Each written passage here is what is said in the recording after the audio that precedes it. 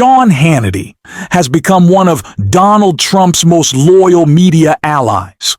Now, sure, technically, he works for Fox News, which often echoes Republican talking points. But when it comes to Donald Trump, Hannity practically operates as an extension of his communications team, doing everything he can to promote Trump's message and soften his image in interviews. And that's exactly what we saw recently when Donald Trump appeared on Hannity's show to discuss his claim of being a so-called pro-peace president. During the conversation, which was supposed to focus on a potential peace plan in the Middle East, things quickly went off the rails. It turned into one of Trump's most confusing and disjointed moments in recent interviews. The situation became so uncomfortable that Sean Hannity had to step in to redirect the discussion and smooth things over. We're going to break down exactly what happened, how it spiraled, and why it reveals so much about Trump's media strategy. But before we jump in, take a second to leave a like on this video. And if you enjoy our content, hit that subscribe button. It really helps the channel grow and allows us to keep bringing you independent coverage like this. Now, let's rewind to where the conversation actually started, with Donald Trump criticizing his political opponents and business rivals who oppose his tariff policies. And these are enemies of the country that are pursuing that lawsuit. And I would hope that that lawsuit would disappear. The country would be in a very different position than it is right now. And you wouldn't be stopping wars. You wouldn't be using the power of trade and the power of tariffs to stop wars. I've used it as an example. I say to a country that if you're going to continue to fight, we're going to put a 20% or 100% or a 300% tariff on your country in dealing with the United States. And I haven't had one country want to take that on, and they've stopped wars. I've saved millions of lives using tariffs. So if for any reason the court ruled against, and you know, on the legal merits, we should be absolutely entitled. Almost every single legal scholar said the president has the right to enact tariffs. If you didn't have that right, we'd be in big trouble because other countries would be able to do it against us, and we wouldn't be able to do it against them. So it would be very unfair to the country. But in the Let's make one thing very clear.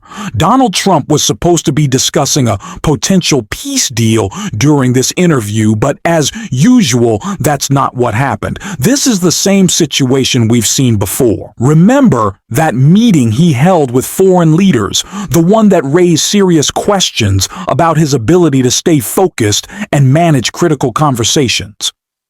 Reports from people in the room suggested that aides had to step in multiple times to keep things on track, and even some attendees left looking visibly uncomfortable. Why?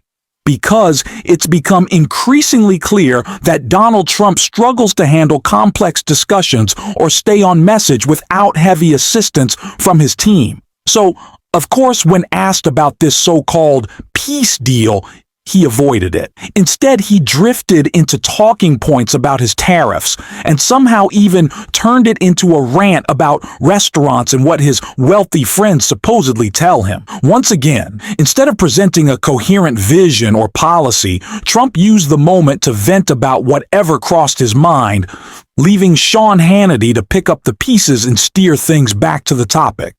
Eat at the restaurants are booming. They were closing one after another, and now they're booming, they're opening. And this all took place over the last 2 months. It's amazing, actually. Nobody's ever seen a transformation like they have in Washington, D.C. It's as hot as it can get. It's beautiful. It's a beautiful thing to watch. And to see it be safe with our beautiful buildings, the graffitis off the walls, the tents from all over, thousands of tents in our beautiful parks, our national parks. The tents are all gone. Everything is, and it's only going to get better over the next year. There'll be some rebuilding and some fixing up and some cleaning up, and people are proud of our capital again. But the beautiful thing is it's really safe. You can walk down the middle of the street with your wife. You can walk down the middle of the street by yourself. Your family can, and you have no fear. If you did that, if you said that a year ago, they had almost no chance of making it to the other side of the town.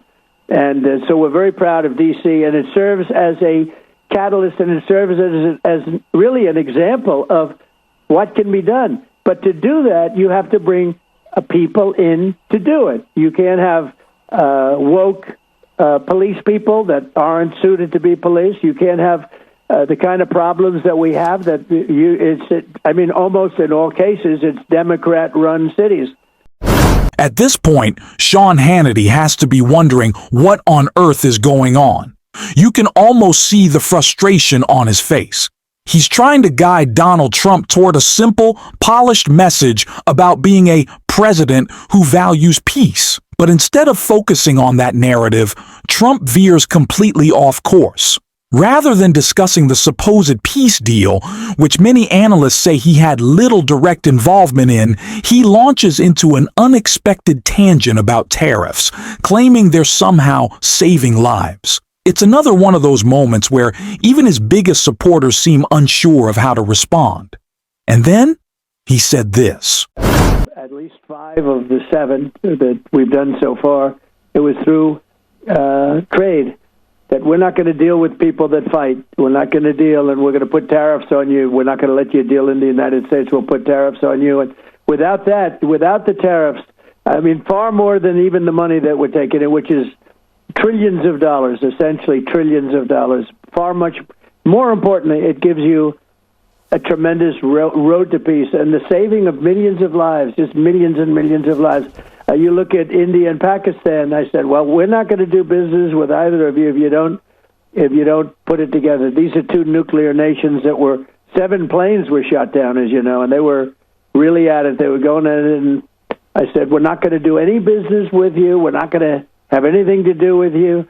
We're going to put massive tariffs on you, in both cases. And they said, well, we got to start talking about this. This is tremendous amounts of money and power we're dealing with. And within 24 hours, I had a peace deal. They stopped the fighting. So, after Donald Trump spent an entire interview blabbering about tariffs, Sean Hannity posted, "Trump reacts to historic peace deal between Hamas and Israel." It's a great honor to be involved in it. The whole world came together. To be honest, so many countries you wouldn't have even thought of came together. The world has united around the deal. So many countries you wouldn't have expected have sent their best wishes in their commitment to do whatever is necessary. The surrounding countries have all signed on. It's truly been an amazing period of time. So great for Israel, for Muslims, for the Arab community, and so great for this country. At this point, Donald Trump's remarks have become almost impossible to follow. His statements about so many countries come across as confusing and disconnected, a clear sign that he doesn't seem fully aware of the details surrounding this supposed peace deal. Meanwhile, Sean Hannity tries to step in and steer the conversation, highlighting select quotes to make Trump sound confident and composed. But throughout the entire interview, Trump kept circling back to unrelated topics, especially tariffs, claiming they were somehow saving lives. This narrative from the right, that Donald Trump is a so-called pro-peace president, just doesn't hold up under scrutiny. His administration oversaw multiple military escalations, including strikes abroad and heightened domestic tensions. None of this aligns with the image of a calm, diplomatic leader focused on peace. The truth is, Donald Trump did not personally negotiate this deal, and portraying him as the mastermind behind it simply isn't accurate. What we're seeing is a pattern of confusion, mixed messaging, and reactive leadership, not the steady hand that's being sold to the public. As Congressman Adam Schiff recently pointed out, these are serious issues that deserve transparency and accountability, not spin. Contention of the administration is that they've called Tren de Aragua a narco-terrorist, that elevates them, and that we're in armed conflict with them. Today, the Attorney General Pam Bondi, who refused to answer so many of those questions, in a White House meeting about Antifa, said essentially, we are going to treat Antifa the way we're treating the cartels. Now, one of those cartels they have said is a narco-terrorist that they have the inherent constitutional authority to order strikes on. And I got to say, that moment, caught my attention, given the level of violence they are directing at those cartels. It should catch all of our attention, because if you look at where this started, it started with blowing up ships. You then have the president say, well, we may go to land targets now in Venezuela or elsewhere. And with statements like the Attorney General, now you begin to wonder, do they believe that they have the authority, by putting some groups on a list, even domestic groups, to use lethal force against them with no trial, no due process, no nothing?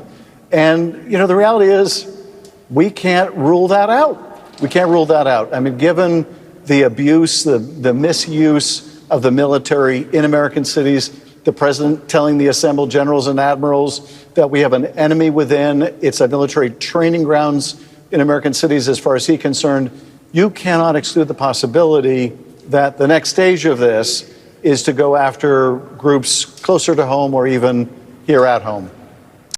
This is not the image of a president devoted to peace. Donald Trump is not focused on building stability or creating a lasting solution that would keep anyone safe. That has never been the central goal of his administration.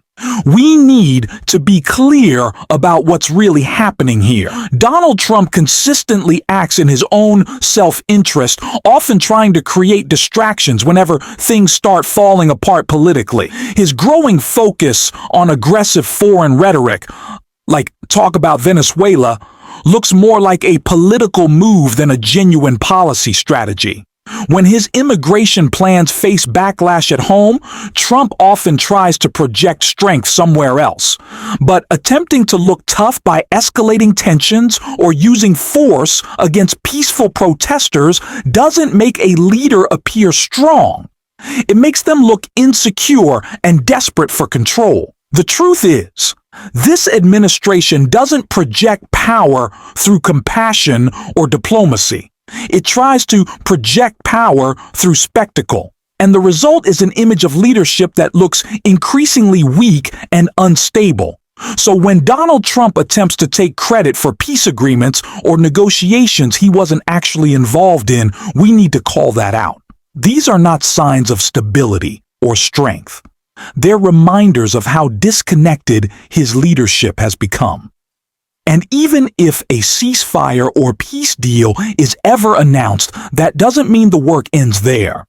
The humanitarian struggles and the suffering faced by innocent people, especially in regions like Palestine, cannot be ignored or forgotten. We're going to continue covering these issues here on this channel every single day. If you support that, don't forget to leave a like, subscribe, and drop a blue heart in the comments. And until next time, I will see you soon.